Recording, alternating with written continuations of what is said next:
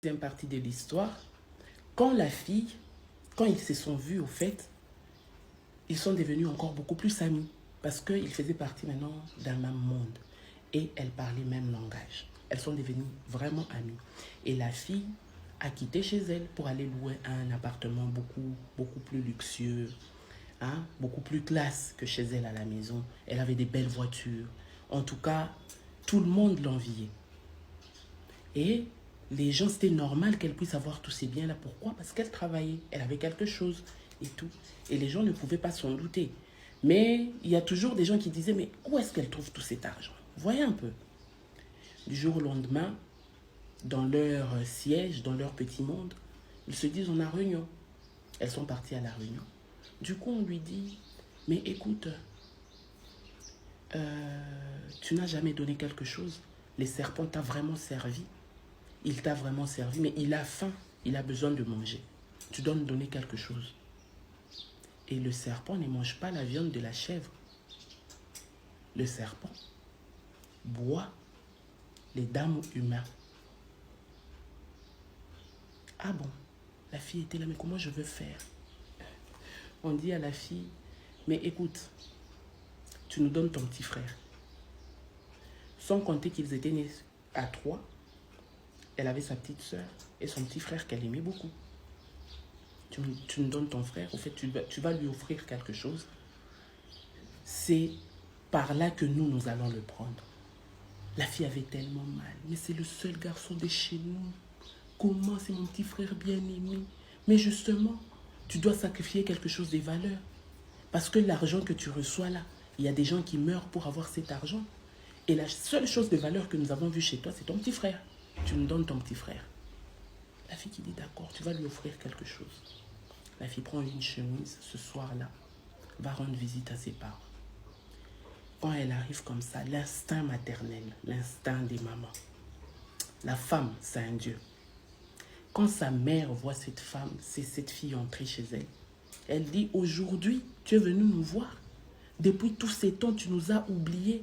Avant même, quand tu gagnais un peu, tu pouvais prendre soin de nous, mais aujourd'hui, tu nous as carrément oubliés. Aujourd'hui, qu'est-ce qui t'amène?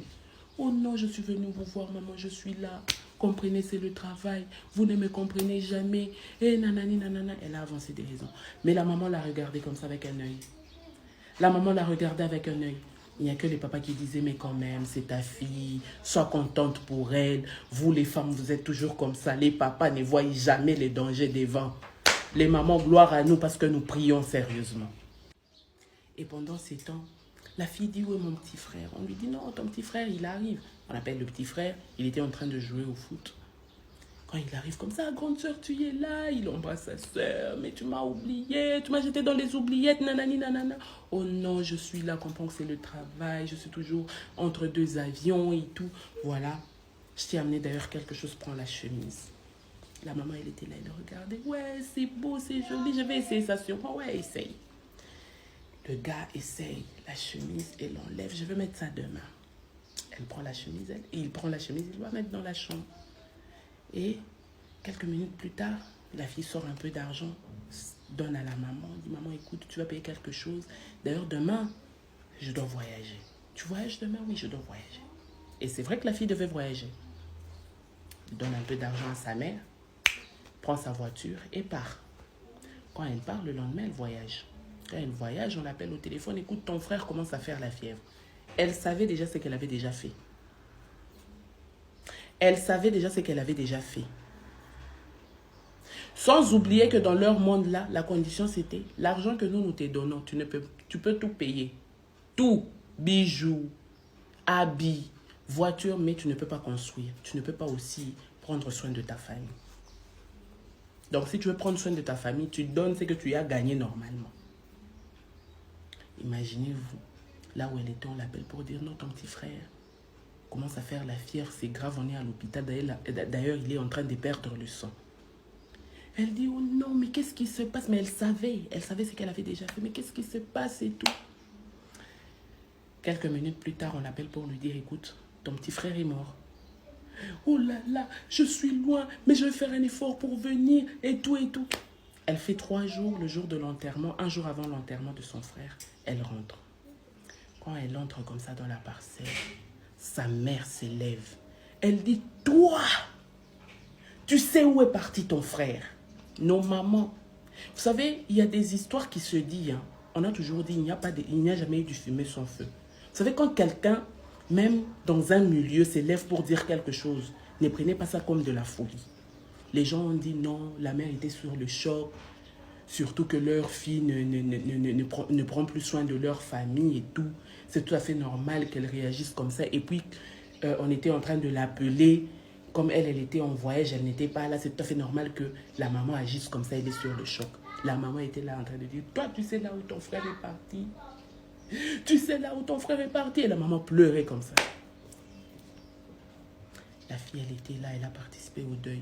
Le lendemain, le jour de l'enterrement, elle ne pouvait pas y aller. Oh non, elle est sur le choc, elle n'arrive même pas à voir le corps de son frère et tout, elle est restée là. On a enterré son frère.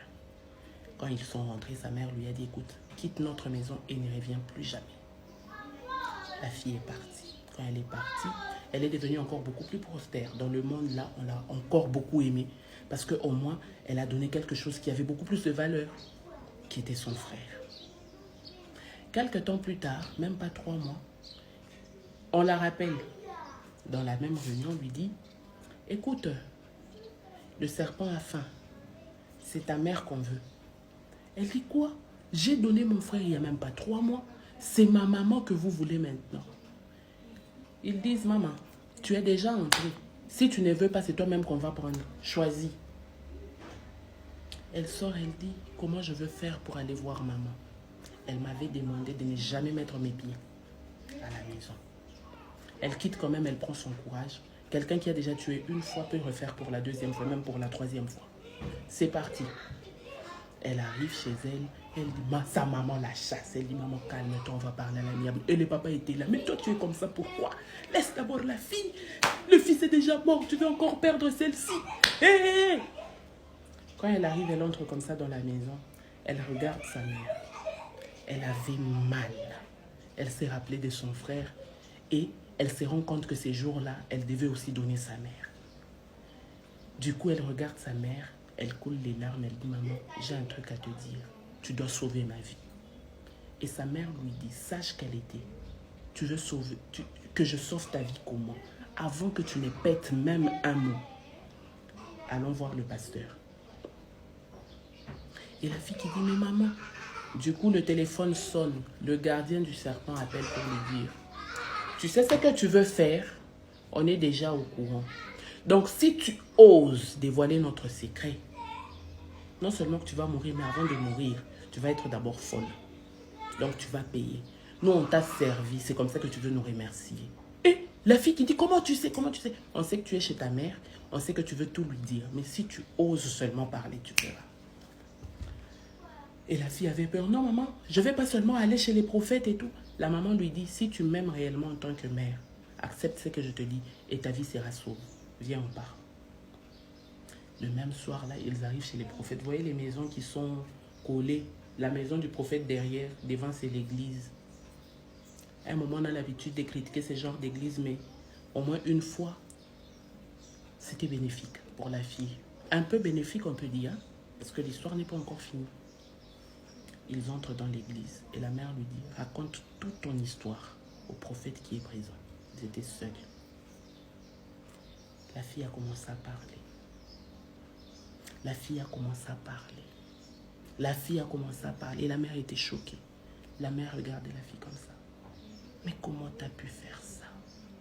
Du coup, le téléphone sonne. Le gardien du serpent lui dit, si tu oses mettre tes pieds en dehors de cette église, tu meurs. Aujourd'hui, la fille est restée coincée à l'église, ça va faire 6 mois. Donc la fille ne peut même pas mettre ses pieds dehors parce qu'elle va mourir, elle a dévoilé le secret. Tout ça, c'est pour vous demander la jeunesse, les envieuses. Contentez-vous de ce que vous avez. Ce que vous avez, c'est quoi? C'est la vie, le souffle de vie.